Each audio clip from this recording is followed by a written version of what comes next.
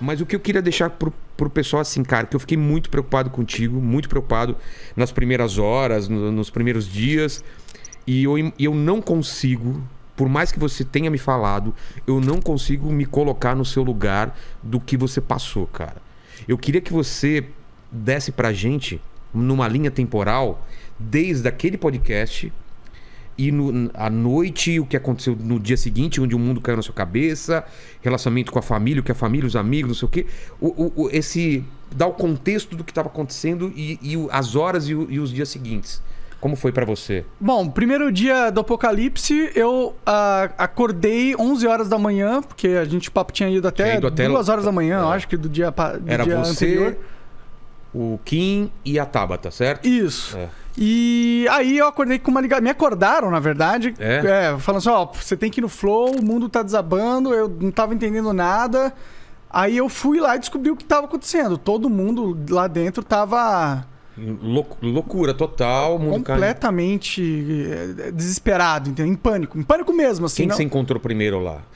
Você encontra o Igor, você fala antes? Ou você... O Igor tava no Rio de Janeiro, cara. Putz, é mesmo, eles estavam indo pra falar com o Zico. Isso, ele e o David Jones. Isso. Então, você acaba falando com quem lá? Tava todo mundo que... Tava o André, que é o CEO, tava o Bruno, que é o CFO. Tá. E tinha uma galera lá. Esperando pra fazer uma reunião pra saber o que... As medidas a ser tomadas? Isso, exato. E meio que a gente já tava, mano... Puta, não vai dar pra tancar... Essa foi muito grande, a gente vai ter que dar algo. A estratégia que eles tinham era dar um corpo pra salvar. Literalmente mesmo. Não adianta só pedir desculpas, não adianta retratação. Não, primeiro a gente pediu desculpas, aí não ajudou. Então, mas isso. Piorou, inclusive. Isso fez parte da estratégia. Fala, tipo, faz um vídeo. Sim, eles falaram, tem que pedir desculpa e tal. Eu falei, cara. Vou pedir desculpa, né? Por mais que eu não tenha defendido nada abominável como estavam interpretando. Como tem gente falando até hoje, deixar claro que você não defendeu em nenhum momento. Tá muito claro lá. É que você foi esticando o assunto, parecia que você tava defendendo. Você queria a liberdade de fazer qualquer coisa, até merda, entendeu? Até coisas absurdas, coisas, como fala... não é absurdo, é o limite, né? Na verdade, existe uma lei nos Estados Unidos que é a primeira... Isso, é isso que você estava falando. É a primeira emenda dos Estados Unidos, a maior democracia do mundo, né? O país talvez mais moderno que a gente tem, talvez o mais avançado nas questões sociais, há discordância sobre isso, mas eu gosto muito dessa lei. E o que essa lei diz? Que a liberdade de expressão é garantida, a liberdade de expressão e de associação, né? Então, por isso acontecer, existe uma dinâmica lá, assim como existe na Ucrânia. Também? Na Ucrânia existe o partido nazista. Exato. Não que isso seja legal. Não, é horrível. Não que seja bom. Mas a Constituição dos caras permite esse tipo de coisa. E você estava citando esse exemplo. Eu estava citando esse exemplo, porque não que eu acho que seja legal que eles existam, mas porque é uma lei que protege a liberdade de expressão neste nível, ela é uma lei mais segura contra as tiranias do Estado, né? Porque...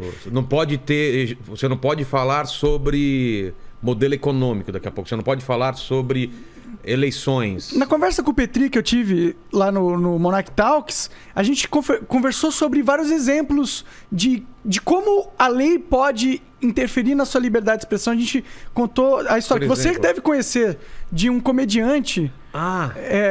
Carlin, eu sou ruim com o nome. George Carlin. Tinha umas palavras proibidas, né? Exato. O cara, ele, tinha umas leis lá que você não podia ser obsceno. Exato. Profano. Entendeu? Então, esses tipos de restrições à liberdade de expressão acabam matando a comédia, né? Por isso que eu acho importante você ter uma proteção ampla ao que se pode dizer, né? Então, em nenhum momento você queria... Não, eu acho que tem que ter aquele partido ou tem que ter aquele outro. Era só... Você estava discutindo a liberdade de expressão, mas depois a gente volta na minha visão de sociedade perfeita, a gente tem a liberdade de ter, mas ninguém nunca criou. Porque não existe essas pessoas idiotas no mundo. Não vai ter alguém que vai querer uma coisa tão absurda e bizarra desse jeito. Exato. Mas sem que isso seja imposto pela lei, tá ligado? Isso tem que se dar de um avanço da sociedade. É que aqui é crime, né? Aqui é crime. Isso que pegou, entendeu? Você estava citando o exemplo dos Estados Unidos. Sim. Mas depois a gente fala mais sobre liberdade. O que é crime aqui é fazer apologia. Entendi. É você falar que acha certo a parada. Tá. Eu não estava falando que é certo a parada. Pelo contrário. Tanto que a gente estava discutindo como mitigar os efeitos da parada. Mas você disseram que você cometeu crime, você vai ter que depor em alguma coisa sobre isso? Ou não? Cara, está rolando uma investigação pelo MP Nacional, Federal, que eles vão ter que decidir ou não se eles apresentam uma denúncia como se eu tivesse feito apologia para ser julgado, entendeu? Entendi. Então, pode ser que aconteça algo assim. Pode ser que eles interpretem como se fosse isso, mas é uma interpretação muito rasa do que aconteceu. Porque alguns segundos depois e antes daquela fase, eu falo que nazismo é do demônio, eu falo que nazismo é errado pra caralho, que só gente idiota pensa isso. E então, é claro, tá claro ali na mídia que eu não estou fazendo apologia à parada. Eu estou contemplando uma visão de liberdade de expressão que é a mesma dos Estados Unidos, da América, que foi... teve uma época que os ministros dos Supremos nos Estados Unidos, eles tiveram que votar se essa lei ia continuar ou não. E eles votaram para que continuasse da forma com que está escrito na Constituição. Então, o que eu estava defendendo não era nada fora do planeta Terra, entendeu? Ele era algo que é uma realidade que existe na maior democracia do mundo. É a mesma coisa que você fala assim, você não pode fazer piada sobre estupro, ou não pode fazer piada sobre ou não machismo. Pode ter um cara que é pedófilo vilão num filme.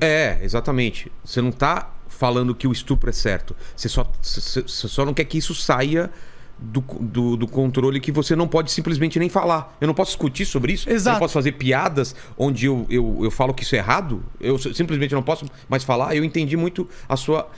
Tanto que você me falou lá no seu programa que vocês... Terminou o programa, vocês não ficaram apavorados com o que poderia acontecer. Não. Foi normal. Tava todo mundo rindo, feliz. A Tabata, inclusive. Tiraram foto, até eu vi. Foi todo mundo sorrindo, todo mundo legal. Porque a gente entendeu todo o contexto da coisa. O contexto da coisa nunca foi defender essa merda. O contexto da coisa era liberdade de expressão.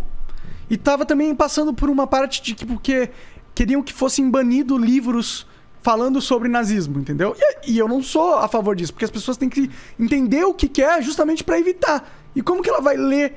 Como que ela vai entender? Né? Quem não conhece a história tá fadado a repetir, né? Exato. Então, os erros que aconteceram, né? Então é exatamente isso que as pessoas estão propondo e que eu sou contra. Eu não acho que a gente mata um assunto fingindo que ele não existe. Jogando para baixo do tapete. Sim. Existe o problema, existe gente que acha isso legal, pensa isso. E a gente tinha que ver quem é. Exatamente. Na minha opinião. Exatamente. Tinha que ver quem é para justamente saber como lidar. Exato. Para evitar ou corrigir. Mas a sociedade não quer pensar sobre isso. E fazer com que isso não aconteça de novo. Exato. Concorda? Concordo. Então vamos lá. Aí... No dia seguinte, então, o primeiro papo foi tipo, faz um pedido de desculpa e isso só atiçou ainda mais ainda a turba. Quer dizer, eu acho que o pedido de desculpa piorou ainda, né? Piorou a situação.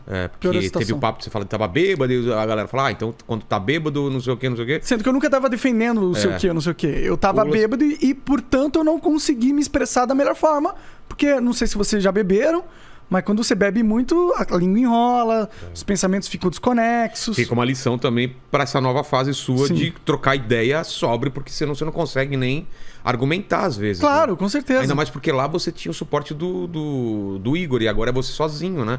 Se você sair do assunto e ficar bêbado, no meio do esquece, acabou o papo, entendeu? Eu acho que dá pra rolar, entendeu? Em momentos... Já rolou aqui. Exato. Eu e o Cossielo, a gente ficou 8 horas aqui bêbado, mas aí o chat participava. Mas não era falando sobre política com deputados federais, não, entendeu? Era falando sobre o carro do Batman, sabe essas coisas assim? Sim. Que era o Renegade, aquelas coisas. Aí tudo bem.